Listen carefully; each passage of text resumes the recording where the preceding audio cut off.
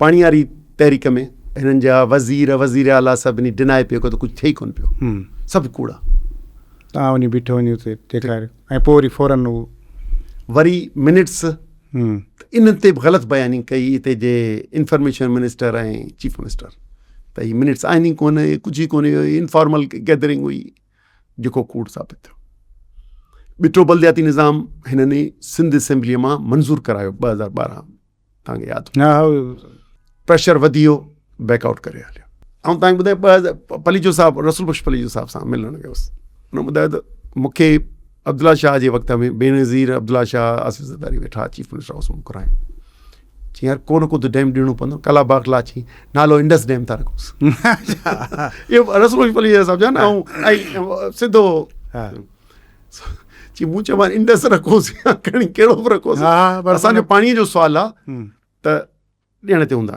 पर जेॾी महिल गवर्नमेंट मां कढी छॾियऊं 97 में त तव्हां सां गॾु वरी एतिजाज में साईं इमदाद शाह सां कोऑर्डिनेट चाचे हाकिम अली कयो, असांखे बि एतिजाज में खणो। ॾिठो आहे असां हुन में हुआसीं पाण, पर इहो ॿुधायो पियो कोऑर्डिनेशन ईअं थी त ईअं कंदा आहिनि। ऐं तव्हां ॿुधायो मरहूम ज़ुल्फ़कार अली भुट्टो अयूब सां गॾु 1 यूनिट जो हामी हो, जॾहिं 1 यूनिट जी तहरीक साईं GM सैद, गफ़ार ख़ान ऐं ॿिया नेशनल बलोच नेशनलिस्ट ॿियनि जंहिं महिल ख़तमु कराई त वरी आख़िर में अची बीह रहियो त बाबा आऊं तव्हां सां गॾु। ऐं तव्हांखे ॿुधायां वरी मरहूम सर शाहनवाज़ जो 2022-23 में ग़ुलाम अहमद भुरगड़ी बैरिस्टर हो, उन सिंध जी अलहदी या हरचंद भाई विश्वनाथ उन्हनि सिंध जी सूबे जी बहाली जी कई भई, हीअ त नॉमिनी हो अंग्रेज़नि जो, मुखालिफ़ हो, चई बॉम्बे सां गॾियल हुजे। जेॾी महिल हिननि डिसीशन करे छॾियो 35 में एक्ट खां पोइ 36 में ठाहिण जो, त चई बिल्कुलु अलॻि थियणु घुरिजे।